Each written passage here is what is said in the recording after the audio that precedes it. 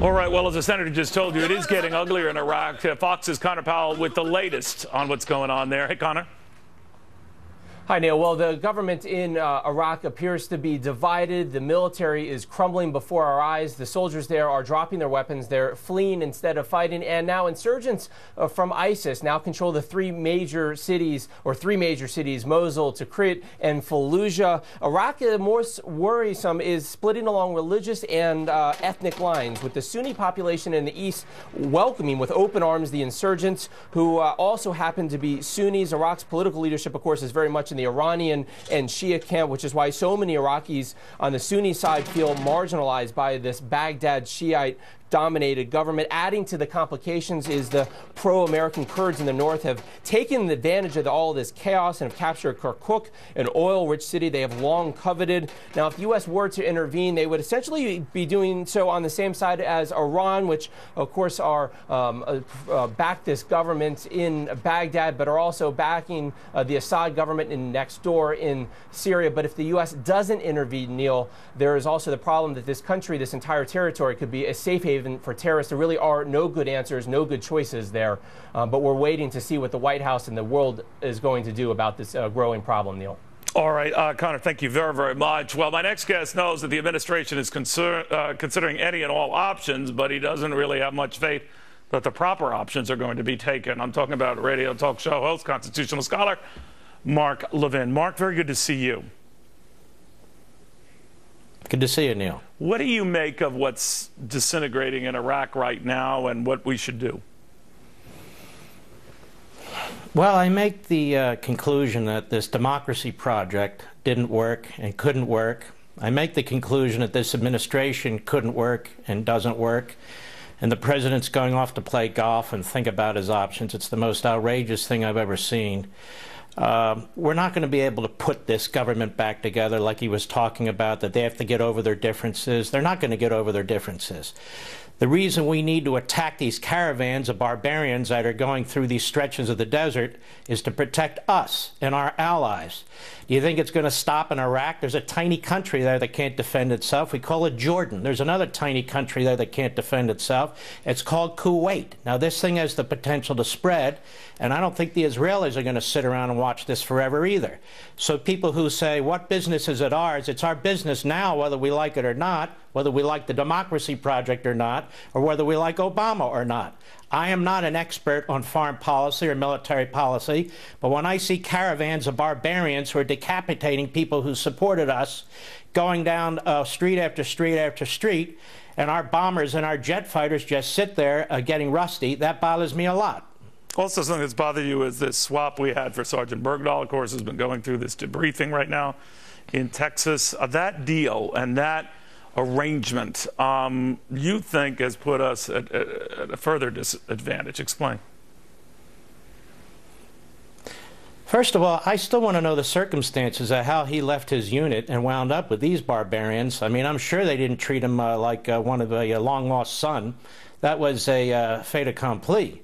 I'd like to know about that, but I would like to know what kind of mind in the White House would release these 5 mass murders. And look, more and more information's coming out about them. We know exactly who they are. The Taliban insisted on these 5.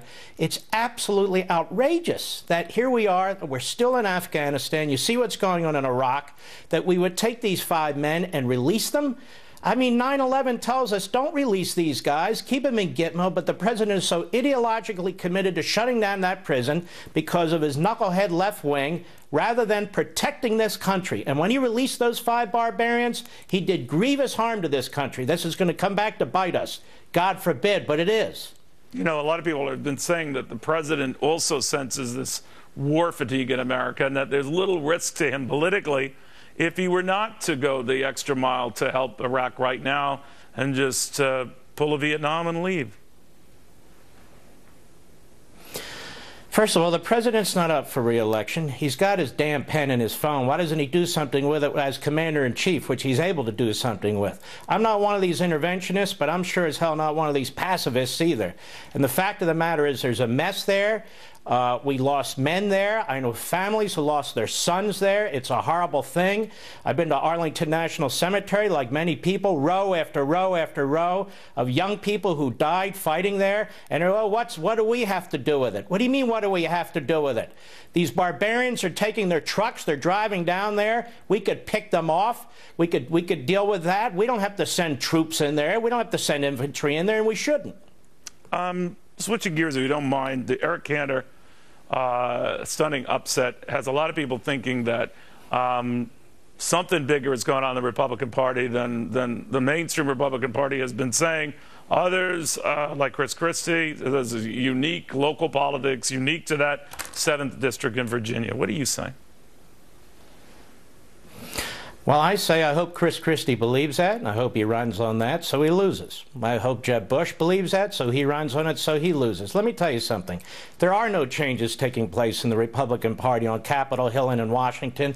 Things are going on outside in these communities, however, and people are furious with the status quo. They are disgusted with what this president is doing to our country. Mark, wouldn't that have popped up in some of these other races where mainstreamers handily, fought off challengers? You know what, Neil, this is very interesting. They come in 5, 10, 20 to 1 with dollars. We have people who show up and run. Many of them are unknown. We win some and we lose some. And maybe we'll win more than we would. But I'm going to tell you something. If the Republican Party thinks that the people are, let me put it to you this way. Do you think the people in the country are happy with what's going on in Washington? Do you think they're happy with what's going on in the southern border with refugees, like we're the third world? That they're happy with massive debt and deficits? The fact that some of these senators can lie their way to re-election and some of these House members can lie their way to re-election, funded by the U.S. Chamber of Commerce and others, and pat themselves on the back for how they deceive the American people, that will not last forever. It simply won't.